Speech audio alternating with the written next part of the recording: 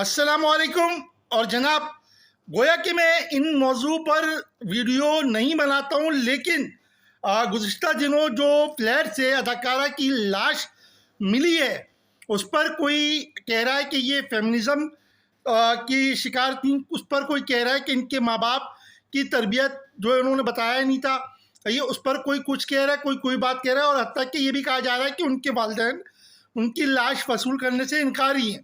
لیکن کوئی اس چیز پہ دھیان نہیں دے رہا کہ پڑوسیوں کے حقوق جو کہ ہمیں اسلام میں بتائے گئے ہیں کہ کیا ہے، اس پر بڑی سخت جو ہے وہ تاکید ہے۔ یہ بات میں اس لیے کہہ رہا ہوں کہ ایک دور میں جاب کے لیے انٹرویو دینے گیا ڈیفینس کے ایریا میں۔ اب ہوا یہ کہ 2007-8 کی بات تھی، میرے موبائل کا بیلنس ختم ہو گیا۔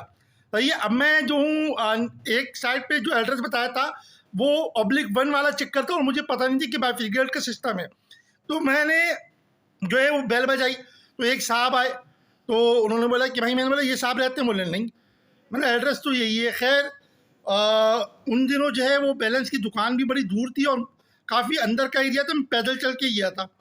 تو میں کم از کم 3 مرتبہ اس طرح گیا ہوں، صحیح نہیں ہوا۔ آخر میں پیدل چل کے گیا، بیلنس دلوایا۔ بیلنس دلوانے کے بعد میں نے جو ہے ان کو کال کی، تو انہوں نے بولا ارے آپ کہاں پر؟ پھر میں گیا ان کے پاس اسی ایڈریس پہ، تو پتہ چلا وہ صاحب اوپر رہتے تھے اور نیچے والے کو پتہ نہیں تھا کہ وہ پڑوسی ہیں۔